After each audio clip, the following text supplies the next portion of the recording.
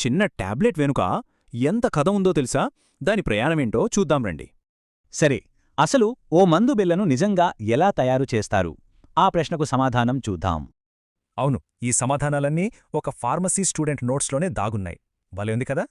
ప్రతి మందు తయారీకి కొన్ని ఖచ్చితమైన రూల్సుంటాయి. ముందు వాటి గురించి తెలుసుకుందాం. దీన్నే సింపుల్గా మందుల రూల్ బుక్ అనొచ్చు. ప్రతిదీ ఖచ్చితమైన ప్రమాణాలతో ఉండాలన్నమాట.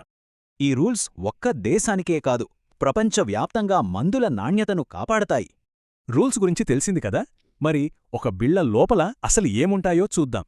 అంటే మందుతో పాటు దానికి సహాయపడే మరికొన్ని పదార్థాలు కూడా ఉంటాయన్నమాట. అంటే ప్రతి ఒక్కదానికి ఓ ప్రత్యేకమైన పని ఉంది. చూసారుగా ఎంత ఇంపార్టెంటో? ఇక అసలు తయారీ ప్రాసెస్ మొదలవుతోంది. ఈ పొడులన్నింటినీ కలిపి బిళ్లగా ఎలా మారుస్తారో చూద్దాం. మందుల తయారీలో ఈ 3 చాలా కీలకమైన దశలు. మొదటి దశ ఇదే. బాల్ మిల్ మందును మెత్తగా నూరుతుంది. ఆ డ్రాయింగ్ చూడండి ఎంత బాగుందో. తర్వాత హోమోజినైజర్ అన్నింటినీ సమానంగా కలిపేస్తుంది. అప్పుడే మందు కరెక్ట్గా పనిచేస్తుంది. ఇది చాలా అడ్వాన్స్డ్ టెక్నిక్. సున్నితమైన మందుల నుండి నీటిని సురక్షితంగా తొలగిస్తుంది.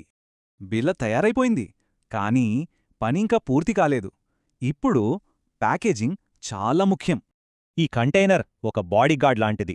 గాలి, వెలుతురు, తేమ నుండి మందును కాపాడాలి. ఒకటి వేడికి కరుగుతుంది, మళ్ళీ వాడొచ్చు. ఇంకోటి ఒక్కసారి గట్టిపడితే అంతే, మార్చలేం. చూసారా, డ్రాప్స్ బాటిల్స్ నుండి టాబ్లెట్ స్ట్రిప్స్ వరకు ప్రతిదానికొక స్పెషల్ ప్లాస్టిక్ ఉంది. ఆ నోట్స్లో ఎంత సింపుల్గా చెప్పారో చూడండి. ప్యాకేజీ అంటే కంటైనర్, దానికొక మూత, అంతే. చూసారుగా, ఒక చిన్న బిళ్ళ వెనక ఎంత సైన్స్ ఉందో. మరి నెక్స్ట్ జనరేషన్ మందులు ఇంకెలా ఉంటాయో?